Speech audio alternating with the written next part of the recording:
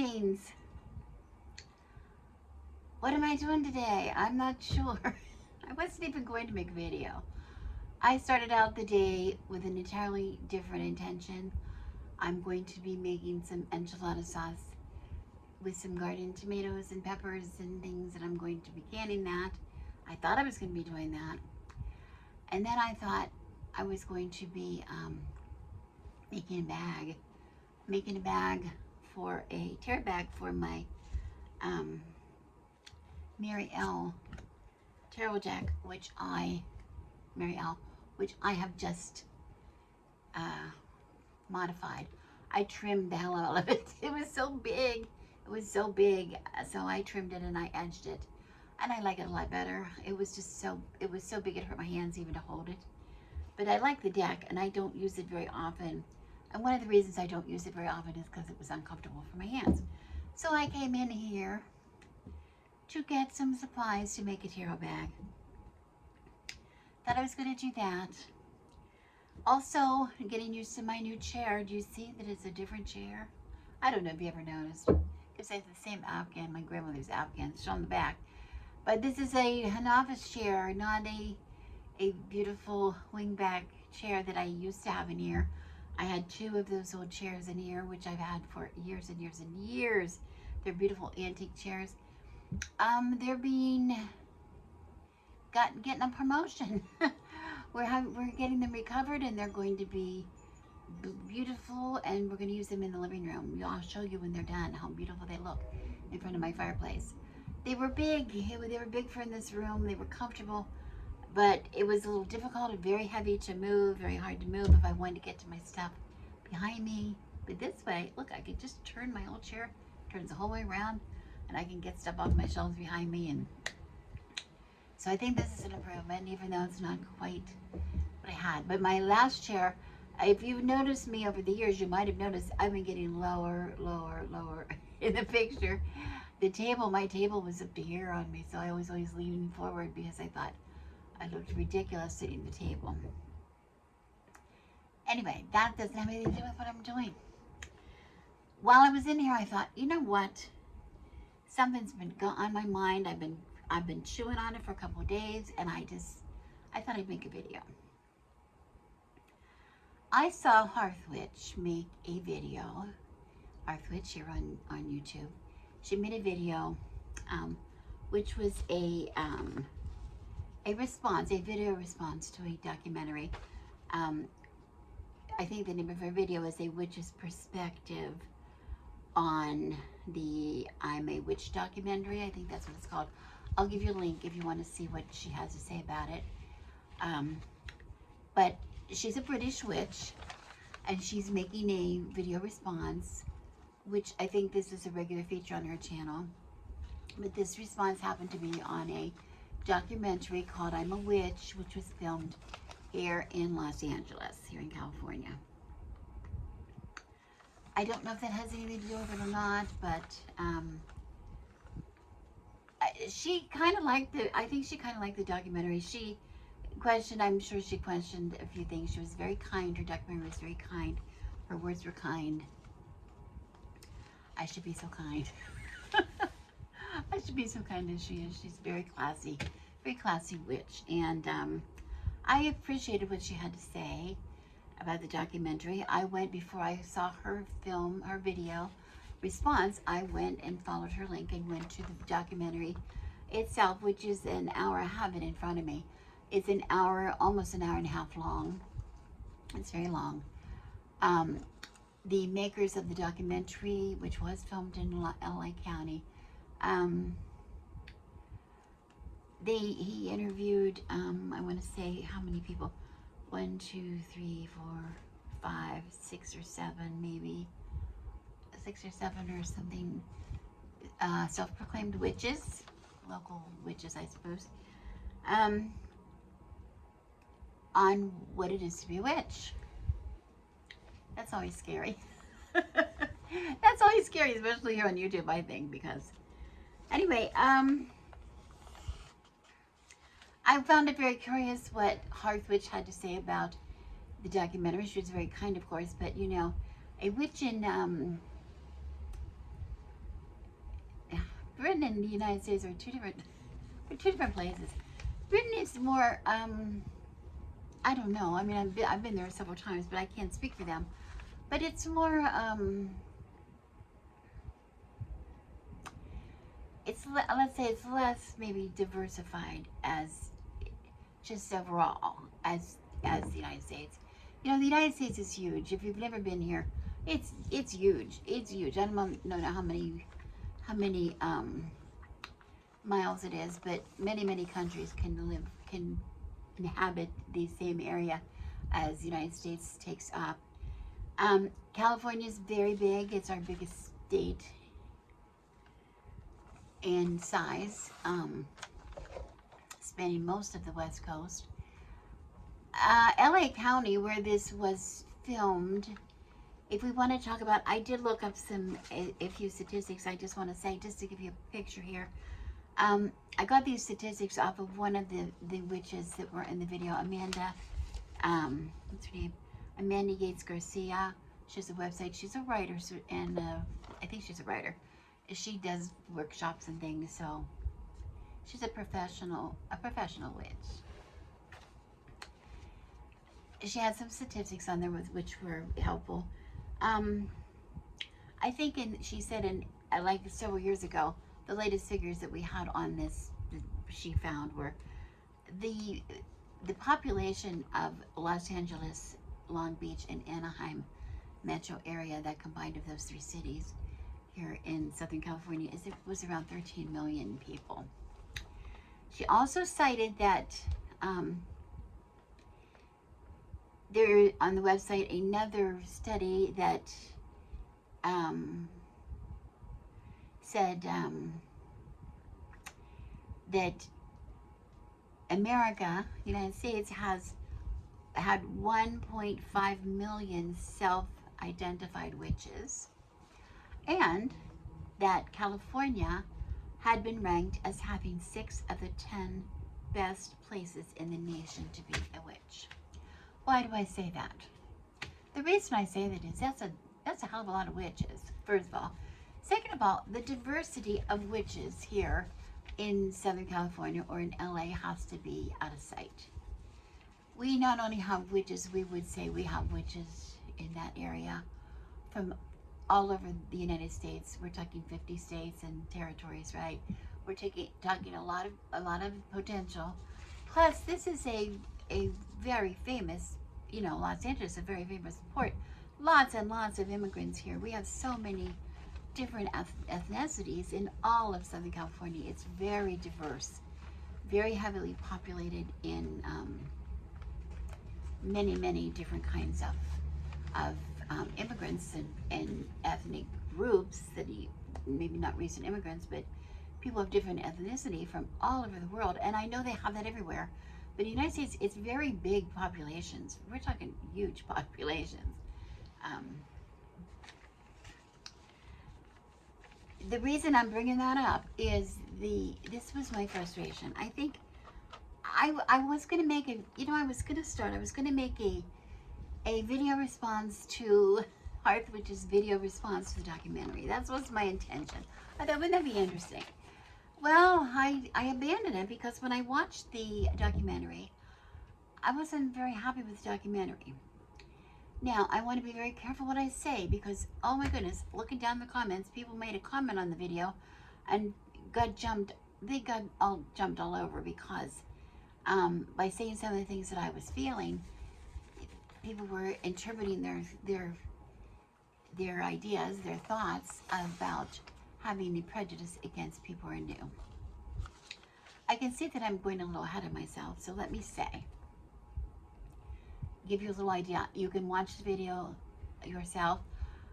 To be honest, I wasn't even going to give the link. I have to be honest, because I thought, I don't want to give these people any more views, because I don't think it's that good of a documentary. The idea of it was a good idea. I don't think they picked the right people for the documentary, and not because of anything about the people. I don't mean that. I just mean, well, I'll tell you what I mean in a few minutes. So please don't start putting negative things down below because you don't know what I'm talking about yet, okay? But what I want to say is, I was very frustrated. I was very frustrated. And I wasn't sure what the documentary, this was my frustration, what was the intention of the documentary? What were they trying to show? If they were trying to show a picture of witches, or what it was like to be a witch in America, or what it was like to be a witch in the greater Los Angeles area, they really missed the mark. Of all you know, all these statistics that I just read to you about how many witches there probably are here, and how many, it showed a very narrow focus. Now, we can say, well, we'll always show a very narrow focus. Well, I would say one of them, and probably I think two of the ones that were interviewed, and as a matter of fact, one of them particularly was the first impression, much impressions during the thing, and the impression, the last impression at the end, was an absolute new witch, and you could see that she was. Which, nothing wrong. Everybody starts at some point, and I don't have nothing against new witches. But for her to speak as a spokesperson for someone who is a witch, I think is misleading. And it was very evident from the beginning of the video that it was very misleading. She attempted several times during the course of the video to cast a spell, and she, I don't know what she did. I don't know what to say. She wasn't, I think maybe she was nervous. I don't know, but it didn't do it did not give her it did not serve her best interest to be seen in that light if she wanted to be seen as a witch.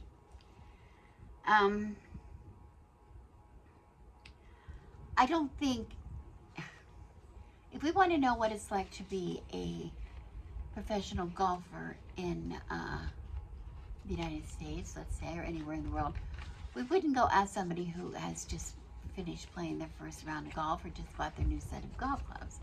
We wouldn't be asking that person to give us insight as to what it's like to be a golfer, a professional golfer.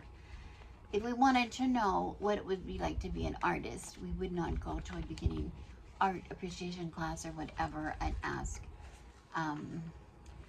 somebody in that class what it might be like to be an artist, to make your way as an artist, to live as an artist in the world. We would not do that. So why do we keep insisting, I see this so often on YouTube, having people that do not really have the experience yet as whatever they say they are, giving us all this advice. I'm not going to say it's exclusive just to witchcraft. I see this all the time. I watch a lot of videos. I watch a lot of gardening videos. I watch a lot of maybe things on needlework, maybe spinning or knitting or weaving or whatever. I watch a lot of those. I watch things on preserving food, or you know, whatever I'm interested in. Okay, things about pets. I look for information about pets. I watch people that are vets or who have been vets or very knowledgeable in some way. If I want to have information about my pets, if I want information about my chickens, I look for information from people who have had chickens, and successful chickens, and had chickens for years and years. And I just got their first flock of chickens. What's going on in my cul-de-sac?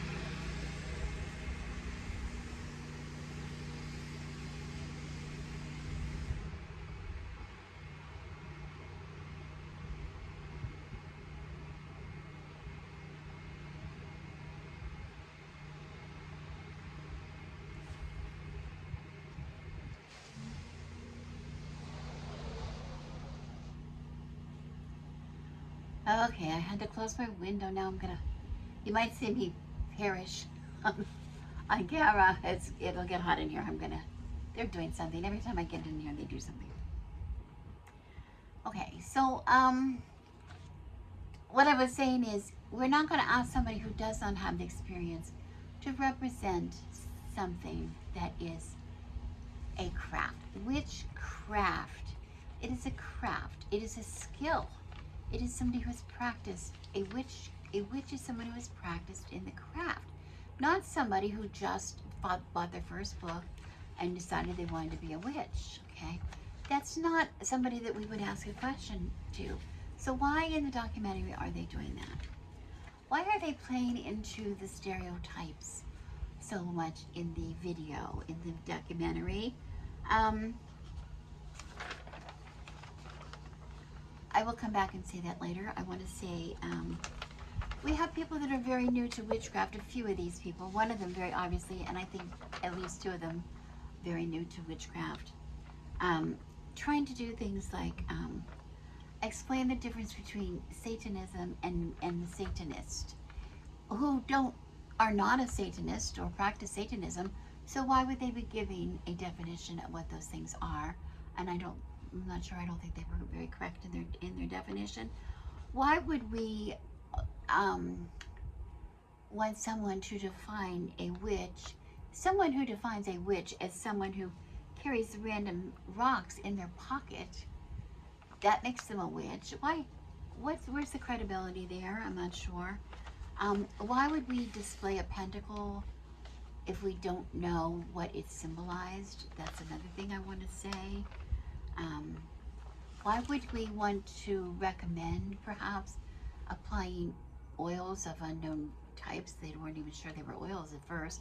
Discovered they were oils when they went into the shop and suggested that you could probably just apply that to your skin. We don't apply things to the skin that we don't want to, that we don't know are safe to apply to the skin. We would never, ever, ever recommend that. So this is what I question. I don't understand the purpose for this in the documentary. This pisses me off, if I can say that, because this video, of course, it's clickbait. I am a witch. Of course, everybody's going to click on that, right? I am a witch is the name of the video. There were so far 18,000, almost 18,500 views on this documentary, which I think is balderdash. I think it's, you know, there's some really lovely points. There are a few people very knowledgeable. You can see they're knowledgeable, and I appreciate what they say. But unfortunately, they were just, you know, we just see bits of these people. And the major part of what we're seeing is someone who really doesn't, several people who really don't have a clue. And I mean that I don't mean that I don't mean that to be unkind. I really do not want that to be unkind. But think about it. Think about it, okay? Also, I want to tell, if that person happened to watch me, I don't think they do. You know, the Eye of the Cat, I've been there before. It is in Long Beach. I've been there several times. I'm very familiar with it. It's been there a long time. It's a lovely shop. But there are other shops. There's one just like 2 miles from there. There's another really great shop. It has the same things. It has really the same things, and maybe more, with a witch in there, full-blown witch who's been practicing forever. Very well-known witch of the area. You know, spreading some information. I think it was a narrow focus, really a narrow focus on some of these things. I want to say,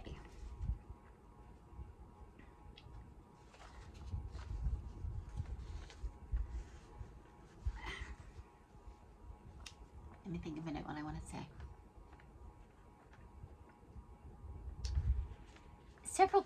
Okay, let me see here. I have some notes here I want to look at, make sure I look at. Oh wait, first of all, when I was looking, the reason I had the video, first of all, I don't want to skip this. I was looking in the comments. The reason I have the video in front of me is I was looking down on the comments, and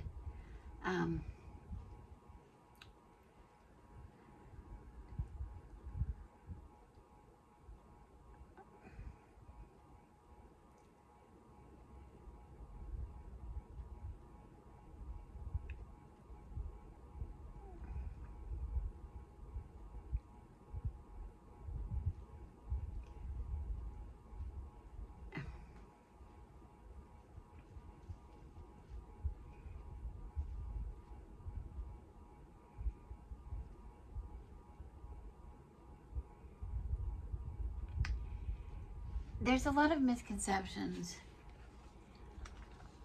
And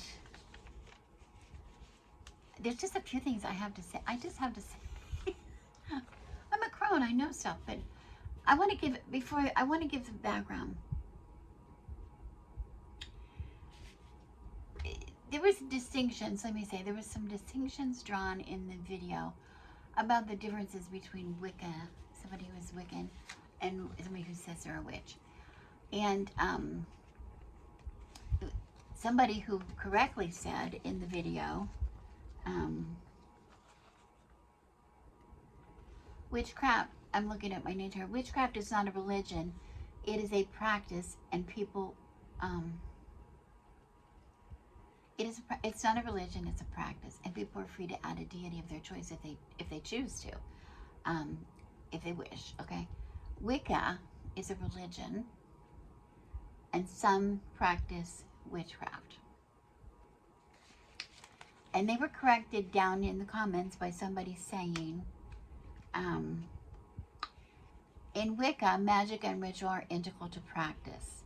In that sense, all Wiccans are witches, but not all witches are Wiccan. Well, first of all Wiccans are not witches. I want to say, before I go into this, I want to say why I know this. I know this. I don't know everything, but I do know this. If you've been following me for any time at all, you know I was a solitary witch for many years before I became covened, okay? I was you might call me a eclectic witch, you might call me a folk witch. I was a witch. I just thought of myself as a witch. I practiced some divination with my cards.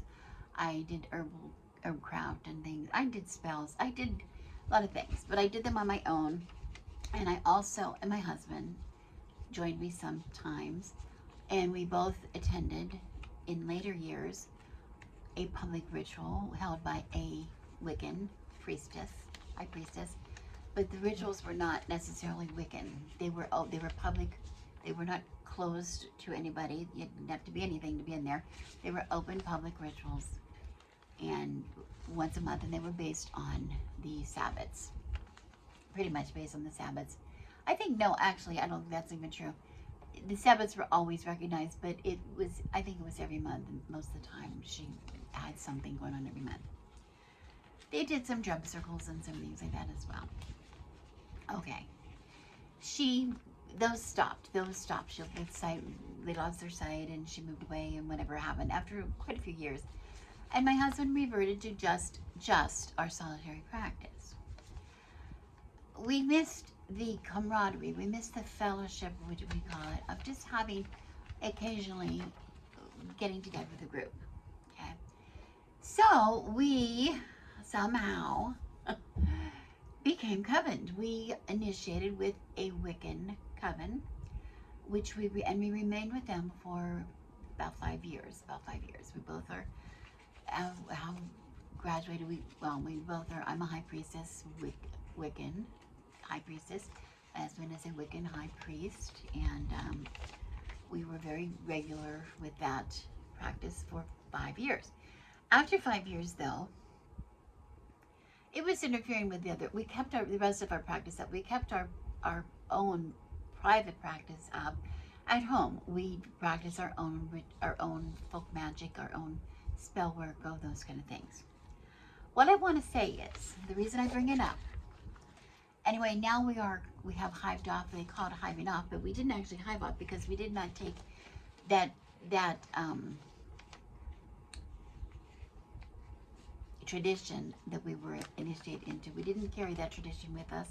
We hived off with some fellow people of the coven to form our own very non-structured coven. We don't have that tradition.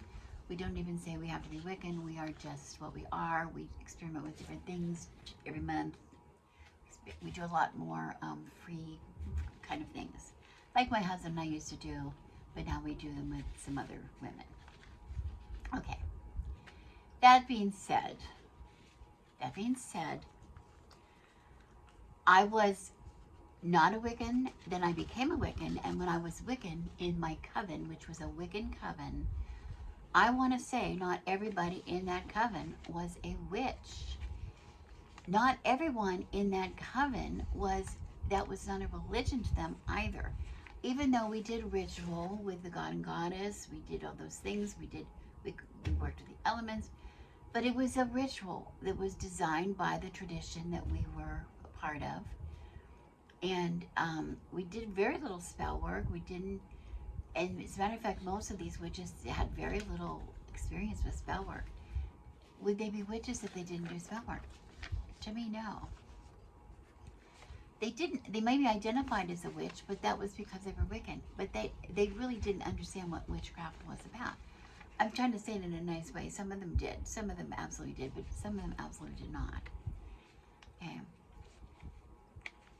So what I'm trying to say is, you can be Wiccan, you can be a witch, but those two are completely independent of each other. I happen to be a witch.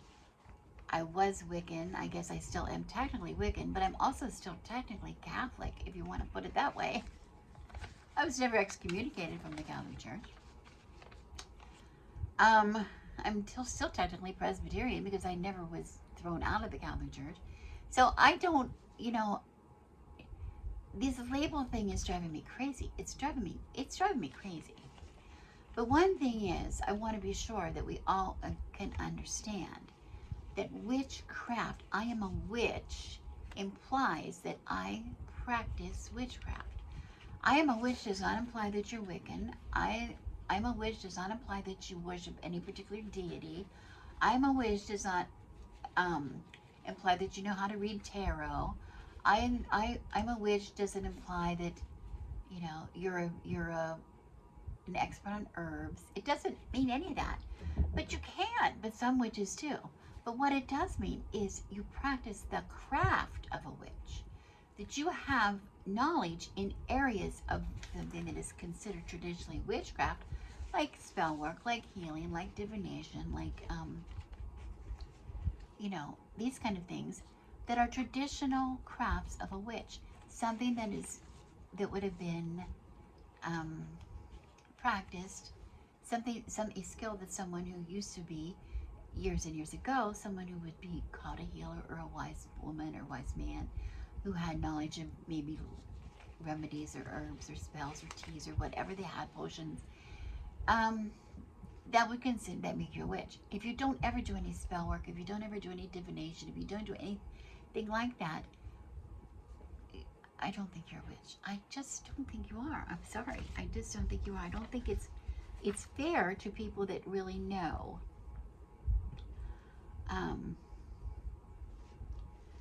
That really work hard at their craft. Most witches who are skilled, most witches here on YouTube that have been here for a long, long time, like Hearth Witch, like me, like, like Alvine, we have been practicing witchcraft for years. We have studied, we have experimented, we do it regularly. We know what works for us and what doesn't work for us. We know what we're good at and what we're not good at, maybe. Okay. So if we have an opinion to share or try to teach you something, you can learn from us in that way. You can use us to learn from that. But don't come to me trying to expect me to learn about golf. Okay. And this is my biggest pet peeve. This is my biggest pet peeve of anything. Just like I said, why would you have a pentacle if you don't even know what it is? If you don't know what it symbolizes, why would you have it? And we become this world of this, thinking that just because you have 100 cookbooks on your shelf, that you actually are a cook. Maybe you have 100 cookbooks on your shelf, but you don't actually cook anything. You're not a cook, right? But you can be a very, very, very good cook without any cookbooks at all. We can agree on that. I'm sure we can agree on that. So then we need to say, let's apply that same kind of rationale to being a witch. Okay? You can have books and books and books and stones and all kinds of herbs and all kinds of oils and all kinds of everything and symbols and wear a pentacle and wear, but if you don't practice witchcraft, you're not a witch. If you don't do anything with them. If you're a tarot deck collector and never actually read the tarot, you're not a tarot reader, you're a tarot deck collector. That's a different skill. It's a different interest, right? The same applies to witchcraft. I'm going to get a lot of hate comments, I think, down here. But, you know, this is kind of making me crazy.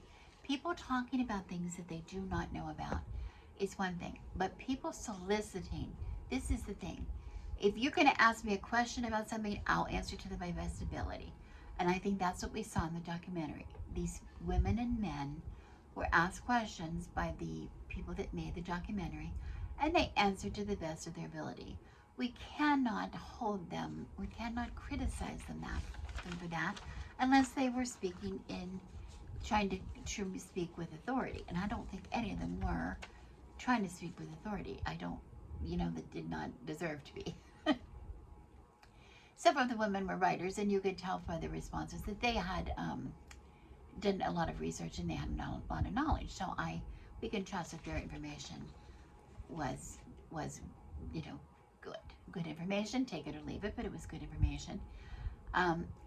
People that were new, you could tell right away they were new. I don't know that they ever said they were new, but I don't think they were hiding it, and you could tell that. So we can't hold it against them for misspeaking or misdoing or whatever.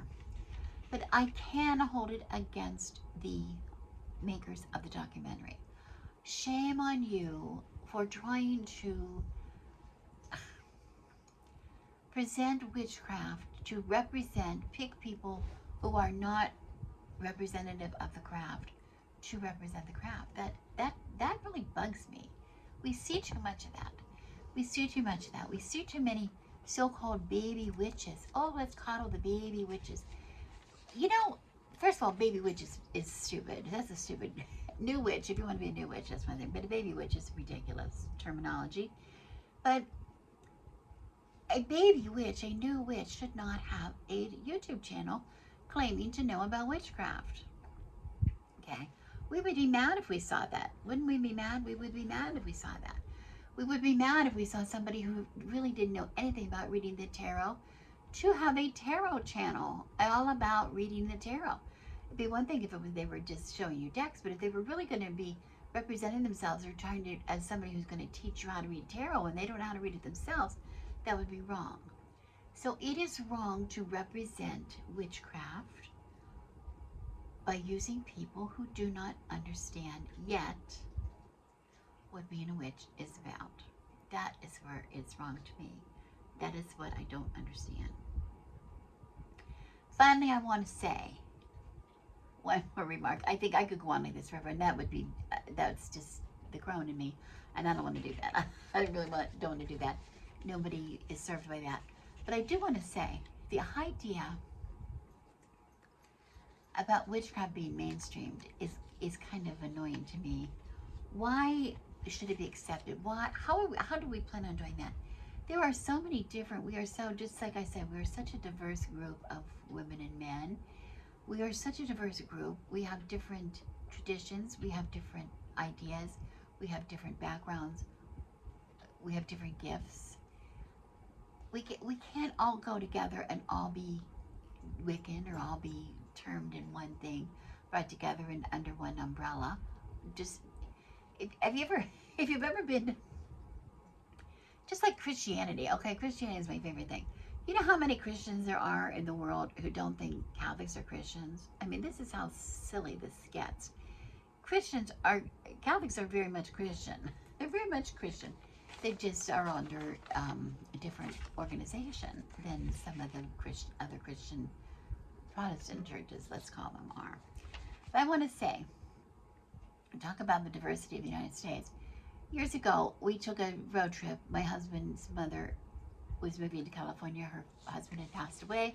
She was closing down her house in Pennsylvania, so we drove a truck with her belongings across the United States.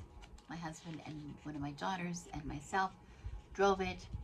And one of the fun things we were doing in the truck was noticing how many, when we took the southern border, because we had a very heavy loaded truck, and we took the southern route to come out to California. And so we went through all the southern states, all of the Bible Belt, as Hearth Witch was mentioning the Bible Belt. And how many churches we passed, we lost count. Little tiny community churches, Christian churches, all had a different name.